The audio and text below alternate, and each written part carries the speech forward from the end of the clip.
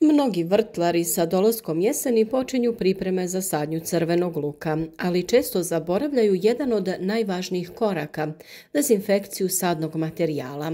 Upravo od tog jednostavnog postupka zavisi otpornost biljaka na bolesti, pojavu truleži u tlu i kasnije u skladištu, kao i zaštita od napada lukove muhe, jednog od najupornijih štetnika crvenog luka. Jedan od najpoznatijih i najjednostavnijih načina dezinfekcije crvenog luka jeste namakanje lučica u slanoj otopini. Ova metoda nije nova, ali je i danas izuzetno efikasna jer pomaže u uništavanju uzročnika bolesti i odbijanju štetnika. Posebno je korisna protiv lukove muhe, tripsa, grinja i nematoda koji lako mogu napasti mlade biljke neposredno nakon sadnje. Postupak je vrlo jednostavan. U 1 litru tople vode temperature oko 40 do 50 stepeni Celzijusa doda se 1 kašika kuhinske soli. Otopina se dobro promiješa, a zatim se lučice crvenog luka potapaju na najviše 30 minuta. Prije nego što se urone u slanu otopinu, preporučuje se da se sadni materijal potopi u običnu vodu na oko 2 sata. Time se naime lučicama vrati vlaga i one lakše upijaju zaštitne tvari iz slane otopine. Nakon tretmana obavezno ih treba isprati 3 do 4 puta u čistoj vodi, jer ako se sol zadrži na površini, može oštetiti i luk i tlo. Iako je učinkovita, sol u vrtu općenito nije bezazlena. Prekomjerno korištenje može narušiti plodnost tla i izazvati zadržavanje natrija u površinskom sloju. Zato je važno koristiti je isključivo u otopini, neposredno prije sadnje, a nikako ne posipati sol direktno po tlu. A prirodni saveznik zdravog luka uvijek je i pepeo. Drveni pepeo je još jedno izvrsno i potpuno prirodno sredstvo za dezinfekciju i jačanje crvenog luka.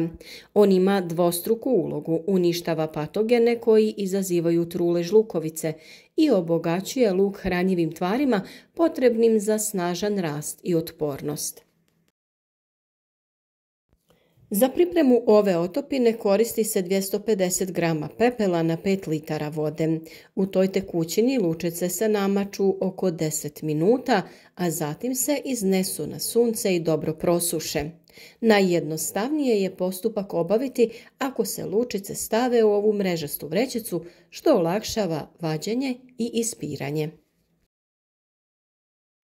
A zašto pepeo toliko pomaže? Naime, pepeo je izuzetno vrijedan jer sadrži kalij, fosfor, kalcij, magnezij i cink, minerale koji jačaju biljke i pomažu u sprječavanju truleži glavica luka, naročito tokom skladištenja. Osim toga, pepeo poboljšava strukturu tla, smanjuje njegovu kiselost i sprječava razvoj gljivičnih oboljenja koja napadaju korijen i lukovice. Može se koristiti na više načina. Posipanje po zemlji prije sadnje tako što se 1 šalica pepela oko 100 grama pospe na 1 kvadratni metar, te se lagano umješa u tlo. Može se koristiti i kao otopina za zalijevanje tako što se 250 grama pepela doda na 10 litara vode, ostavi 3 dana da stoji pa se sa tim zalijevaju redovi luka. A treća opcija je posipanje pepelom tla tokom vegetacije. Tanki sloj pepela po površini tla prije kiše ili zalijevanja je odlično rješenje. Dezinfekcija je ključna za zdrav i dugotrajan luk. Crveni luk, iako otporan, često postaje žrtva gljivičnih oboljenja kao što su trulež vrata, plamenjača i bijela trulež tla. Ove bolesti ne samo da uništavaju usjev, već i onemogućuju dugotrajno čuvanje luka tokom zime. Dezinfekcija sadnog materijala prije sadnje značajno smanjuje rizik od infekcije, jer uništava spore bolesti koje se mogu nalaziti na površini lučice ili unutar suhe ovojnice.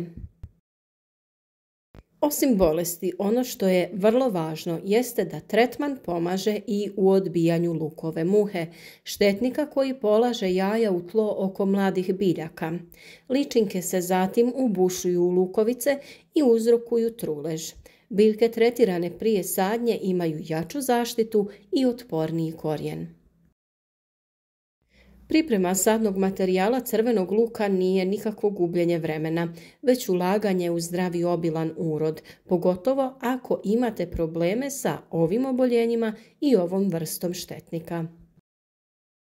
Slana otopina i PPO predstavljaju dva najjednostavnija, najjeftinija i potpuno prirodna načina da osigurate snažan početak biljkama i spriječite kasnije probleme sa truleži i štetnicima.